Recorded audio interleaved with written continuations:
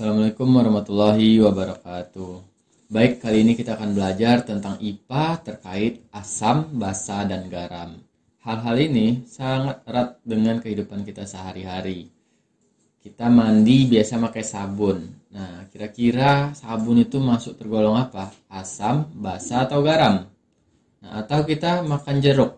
Nah, yang terasa sama kita itu apa? Apakah rasanya manis, pahit, asam, atau hal lainnya? Nah, kita akan melihat di sini sebenarnya asam itu apa, basa itu apa, dan garam itu apa. Mari kita lihat. Nah, di sini kita lihat ada seperti sunlight, ada jeruk, dan lain-lain. Nah, kita akan golongkan mereka ini termasuk apa ya. Nah, kita awali dengan mengenal apa itu asam. Nah, jadi rasa asam ini kebanyakan ada di buah dan sayur-sayuran. Nah, buah-buahan yang masih muda akan terasa masam. Ya, rasanya apa? Masam. Dan ini adalah sifat dari zat asam.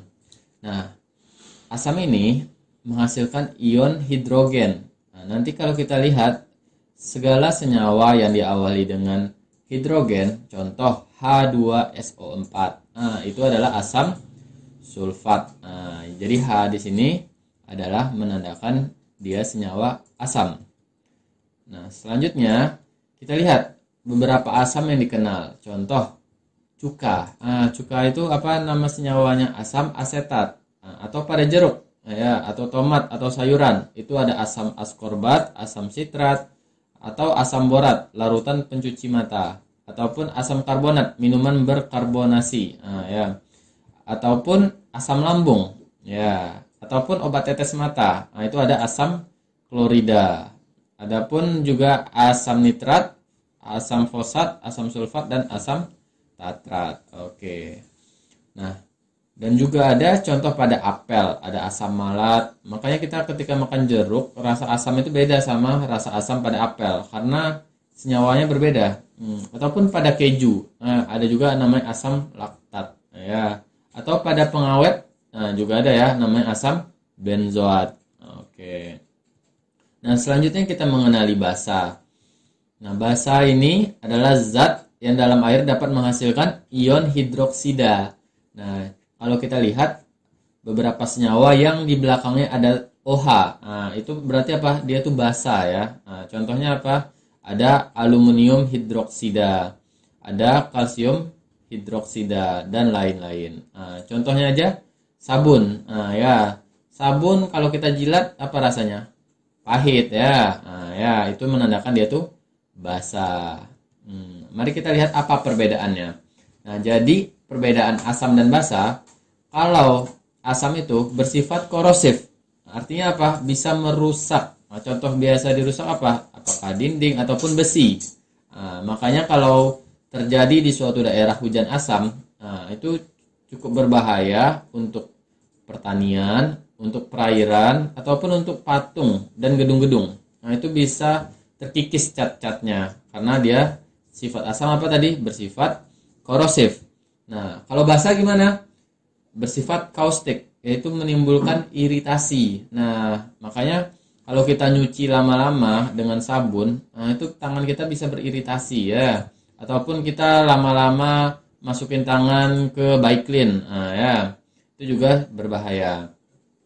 Nah, dan selanjutnya pada basah itu ciri-cirinya apa? Terasa licin di tangan. Nah, tadi contoh basah apa? Sabun. Nah, ya makanya dia licin. Nah, gitu ya. Nah, kalau asam gimana? Nah, kalau asam dia memiliki rasa masam. Kalau basah rasa pahit. Oke. Nah, terus tadi apa? Kalau asam tuh menghasilkan ion H+ dalam air. Kalau basa menghasilkan ion OH- dalam air. Oke, sampai sini bisa dipahami ya. Oke. Selanjutnya garam. Tadi ada asam, ada basa, kok berhubungan sama garam ya? Mari kita ketahui apa itu garam. Nah, jadi garam ini adalah senyawa yang terbentuk dari reaksi asam dan basa. Oke. Nah, contohnya apa? Garam dapur. Oke, senyawanya apa? NaCl.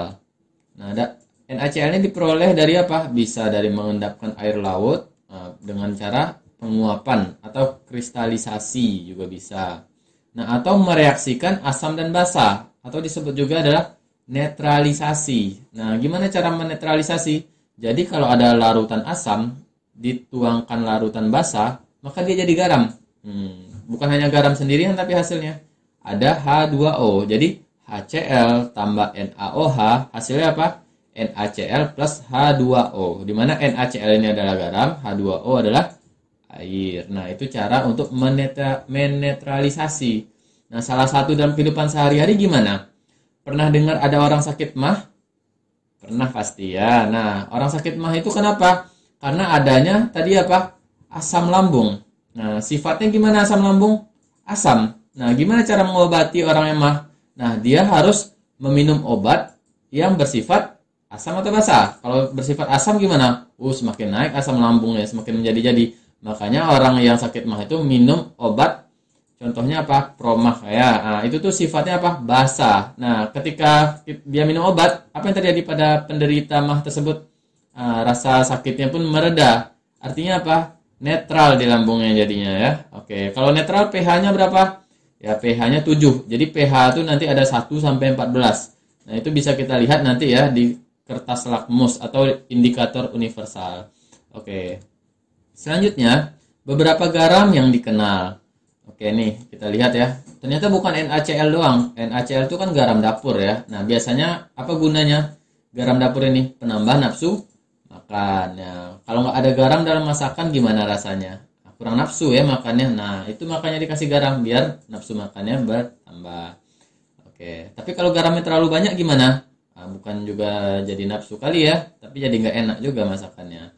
Nah, ada lagi garam yang lain, ada natrium bikarbonat atau baking soda. Nah, ada lagi apa? Ada kalsit, salpeter dan lain-lain ya. Oke. Nah, adapun beberapa alat untuk mengukur tingkat keasaman atau kebasaan suatu zat, ada namanya pH meter digital, ada pH meter elektronik, dan ada kertas lakmus. Namun sebelum alat-alat ini digunakan sebenarnya ada beberapa alat ya, sebenarnya bukan alat juga, indikator alami untuk menilai sesuatu itu asam atau basa. Nanti kita lihat ya. Nah, kita lihat pertama ya, kertas lakmus ya. Nah, jadi kertas lakmus ini ada lakmus merah, ada lakmus biru. Ini di ujian juga sering keluar. Nah, contoh lakmus merah. Ketika lakmus merah itu dimasukkan ke larutan asam, kalau dia tetap merah, ya kertas lakmusnya berarti dia larutannya apa? Asam. Kalau kertas lakmus merahnya diletakkan atau dicelupkan ke larutan basah dan warnanya biru, ya berarti apa dia tuh? Dia adalah larutan basah. Tapi kalau dia tetap merah, berarti dia larutannya apa? Netral juga bisa ya. Nah, begitupun di lakmus biru. Nah, jadi ada kertas lakmus biru dicelupin ke suatu zat, tiba-tiba dia jadi merah. Nah, tiba-tiba jadi merah, berarti dia apa tuh larutannya tadi? Berarti larutannya asam. Atau lakmus biru itu dicelupin ke sebuah larutan, ternyata warnanya tetap biru juga. Nah, berarti itu larutannya basa. Nah, itu yang sering biasanya keluar di ujian. Selain kertas lakmus, sebenarnya ada lagi kayak metil merah, metil jingga, atau fenoltalin ya. Nah, fenoltalin itu kalau dicelupin ke sebuah larutan, kalau dia tidak berwarna, berarti dia larutannya asam. Kalau dia tiba-tiba menjadi merah, berarti larutannya basa. Ini adalah indikator yang perlu diingat ya. Ya, kalau dia merah jadi kayak apa larutannya, kalau biru bagaimana juga. Oke. Selanjutnya, apa sih keuntungannya kita menggunakan indikator lakmus tadi? Ya, pertama dia tuh dapat bereaksi dengan cepat ya, baik di larutan asam maupun basa. Nah, terus kedua apa? Sukar bereaksi dengan oksigen dalam udara sehingga dapat tahan lama. Jadi disimpan di labor pun kertas tuh dia awet ya. Selanjutnya apa? Mudah diserap oleh kertas. Jadi larutan tadi itu makanya cepat, kenapa? Mudah diserap oleh kertas. Nah, selain kayak kertas lakmus itu, ada indikator alami. Contohnya apa? Bunga sepatu, kunyit, kulit manggis, kubis ungu, dan lain-lain. Nah, kita lihat gimana ya cara menggunakan indikator alami dari tumbuhan ini. Contoh, misalnya adalah kulit manggis. Gimana cara menentukan sesuatu larutan itu asam atau basa dengan kulit manggis? Pertama, pernah makan manggis ya? Oke, nah jadi kalau habis makan manggis, kulitnya jangan dibuang. Nah, tumbuk kulitnya tersebut sampai halus, terus campur dengan sedikit air ya.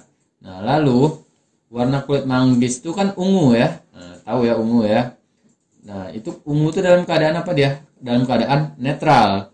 Nah, jika ekstrak kulit manggis itu dibagi dua, ya, masing-masingnya kita tetesin ya. Larutan asam ke kulit manggis yang A dan larutan basah ke kulit manggis yang larutan B.